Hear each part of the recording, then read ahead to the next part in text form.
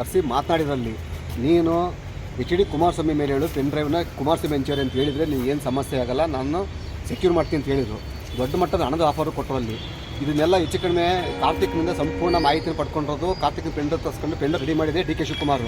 ಇದಕ್ಕೆ 4 ಜನ ಮಂತ್ರಿಗಳ ಕಮಿಟಿ ಅಂತ ಹೇಳಿದ್ನಲ್ಲ, ಆ 4 ಜನ ಮಂತ್ರಿಗಳು ಯಾರು ಅಂತಂದರೆ ಚಲರಾಯ ಸ್ವಾಮಿ, ಆಮೇಲೆ ಕೃಷ್ಣ ಬೈರೇಗೌಡ, ಅದಾದಮೇಲೆ ಇವರು ಪ್ರಿಯಾಂಕಾ ಖರ್ಗೆ ಮತ್ತು ಇನ್ನೊಬ್ಬರು ಸಚಿವರು, ಒಟ್ಟು 4 ಜನ ಮಂತ್ರಿಗಳನ್ನ ಒಂದು ತಂಡ ರಚನೆ ಮಾಡಿ ಇದನ್ನೆಲ್ಲ ಹ್ಯಾಂಡಲ್ ಮಾಡೋಕ್ಕೆ ಬಿಟ್ಟಿದ್ದಾರೆ ಅಲ್ಲಿ.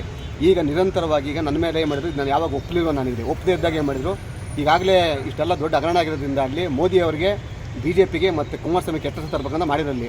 ನನಗೆ ಸುಮಾರು 100 ಕೋಟಿ ರೂಪಾಯಿ ಆಫರ್ ಕೊಟ್ಟರು. 5 ಕೋಟಿ ರೂಪಾಯಿ ಅಡ್ವಾನ್ಸನ್ನು ದುಡ್ಡನ್ನು ಬೋರಿಂಗ್ ಕ್ಲಬ್ಗೆ ರೂಮ್ ನಂಬರ್ 100 ಹಾಕಿ ಕಳಿಸಿದ್ರು. ಆ ಮೀಟಿಂಗಿಗೆ ನನಗೆ ಯಾರು ಹೇಳಿ, ನಮ್ಮ ME ಗೋಪಾಲ ಸ್ವಾಮಿ ಇದ್ದಾನಲ್ಲ, ಚಂದ್ರಪಟ್ಟಣ ಗೋಪಾಲ ಸ್ವಾಮಿನ ಸಂಧಾನ ಕಳಿಸಿದ್ರು. ಅಲ್ಲಿ 5 ಕೋಟಿ ರೂಪಾಯಿ ಕ್ಯಾಶು ಕೊಟ್ಟು ಕಳಿಸಿದ್ರು. ಅಲ್ಲಿ ಎಷ್ಟು ಕೋಟಿ ಆಫರ್ ಮಾಡಿದ್ರು? 100 ಕೋಟಿ ರೂಪಾಯಿ 100 ಕ್ರೋಸ್. ಯಾರು ಸರ್